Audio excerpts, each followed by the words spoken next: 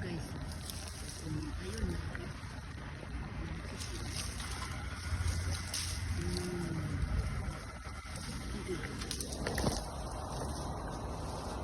Hindi ko makita kasi yung iba. Nahulog pa yung silupin ko. Sa langaw. Ayun mo, nakatakot.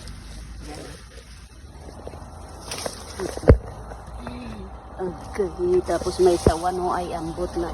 Ayun. Nakatakot sila. Ay. Sabaw. Kunti na lang. Kunti na lang ang bunga.